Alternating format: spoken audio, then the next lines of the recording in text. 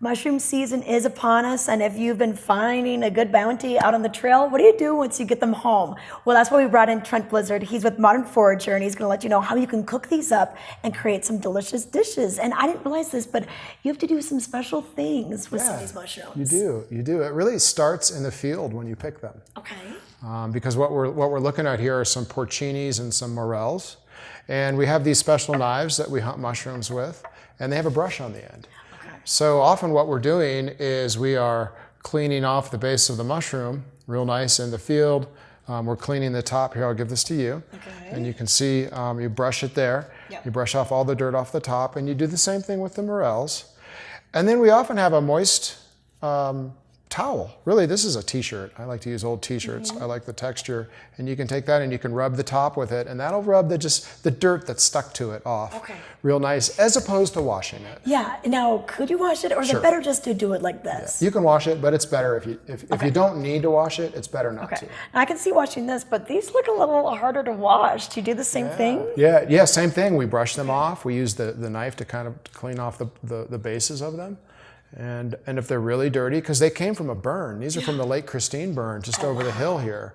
So they can be really dirty. These are fresh and clean and nice, so we're not going to wash them. Okay, well, we're going to get ready to cut these up, and then we'll be able to put them in a saute pan, right? Yep. Okay, perfect.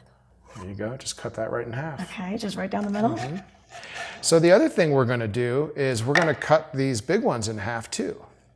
And we're going to look for bugs.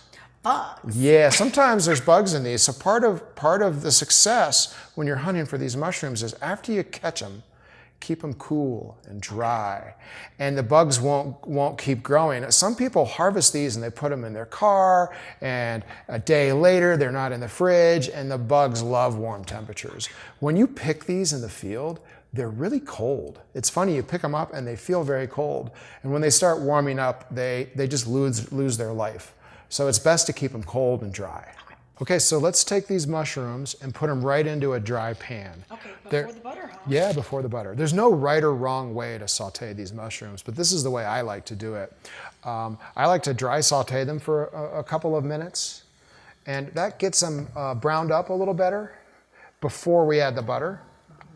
Because what happens is if you put the butter in initially, the butter often burns before the mushrooms are really browned and ready. So we're gonna let this go for a few minutes in here and brown up just in the dry pan. Plus there's a lot of moisture in these guys. All right, Trent, we went from here to there to the plated product, and I liked how you added things, beyond the butter to give it some more flavor. Yeah, I keep it really simple. At the very end, I put in a couple tablespoons of a stock, which combines with the butter, lifts all the stuff off the pan, and makes kind of a nice, like a sauciness to the mushrooms, the moisture with all the good flavor in it.